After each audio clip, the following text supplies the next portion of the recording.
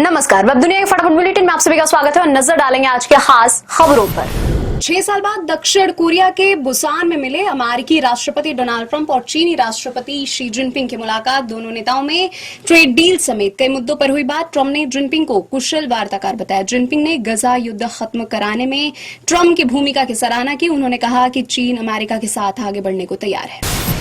बिहार के चुनावी रण में आज पीएम नरेंद्र मोदी और लोकसभा में नेता प्रतिपक्ष राहुल गांधी की रैलियों से सियासी पारा गरमाया। पीएम मोदी मुजफ्फरपुर और छपरा में गरजेंगे तो राहुल गांधी नालंदा और शेखपुरा में हुंकार भरेंगे। राज्य में अमित शाह, जेपी नड्डा भी करेंगे चुनावी रैलियां। भाजपा नेता और अमरावती से पूर्व सांसद नवनीत राणा को हैदराबाद से आए एक स्पीड पोस्ट में गैंगरेप और जान से मारने की धमकी मिली है। पत्र में बहुत ही अश्लील और आपत्तिजनक शब्दों का इस्तेमाल किया गया है।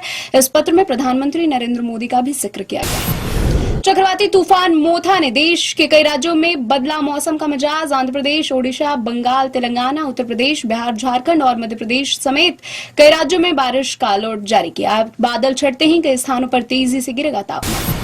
पाकिस्तान के खैबर पख्तूनख्वा में सुरक्षा बलों के काफिले पर हमला। सुरक्षा बलों के ट्रकों पर किए धमाकों में कैप्टन नौमान सलीम सहित 6 जवान मारे गए, 14 जवान घायल। उन्हें अस्पताल में भर्ती कराया गया।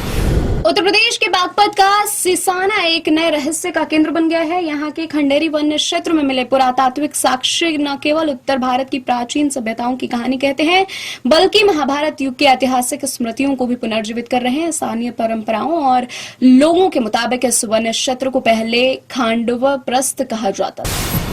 शहर में चर्चित रहा राजा रघुवंशी हत्याकांड में एक नया अपडेट सामने आया है। मेघालय के पूर्वी खासी पर्वतीय जिले की एक अदालत ने राजा रघुवंशी की हत्या के मामले में सोनम राज समेत 5 आरोपियों के खिलाफ आरोप पत्र तय किए गए।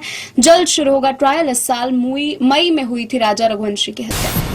ममता कुलकर्णी ने कहा, दाऊद इब्राहिम आतंकवादी नहीं, बम ब्लास्ट जैसी किसी भी घटना में उसका नाम नहीं आया है। मीडिया और कुछ रणनीतिक ताकतों ने एक साजिश के तहत उसे बदनाम किया। किसी को गुनहगार होने के लिए आरोप साबित करने चाहिए। प्रचार करने से कोई अपराधी नहीं हो जाता। केंद्रीय प्रदूषण नियंत्रण कंट्रोल बोर्ड के अनुसार आनंद विहार में AQI 409 पर पहुंचा, जो गंभीर श्रेणी में है। इंडिया गेट और आसपास के इलाकों में AQI 319 तक पहुंच गया, जो बहुत खराब श्रेणी में है। वायु प्रदूषण को कम करने के लिए कई इलाकों में पानी का छिड़काव किया जा रहा है। ऑस्ट्रेलिया के युवा क्रिकेटर बेन ऑस्टिन की गेंद लगने से मौत हो गई। हादसा उस समय हुआ जब बेन नेट्स में एक ऑटोमेटिक बॉलिंग मशीन के सामने बल्लेबाजी का अभ्यास कर रहे थे। उन्होंने हेलमेट पहन रखा था, लेकिन गेंद उनके सिर और गर्दन के हिस्से पर जा लगी। बेन की मौत ने क्रिकेट जगत को एक बार फिर फिलिप ह्यूज की दर्दनाक मौत की याद दिला दी है। ये थी आज की फटाफट बुलेटिन और ऐसे ताजा अपडेट्स के लिए बने हमारे साथ, यानी कि विजिट करें वेब दुनिया पर।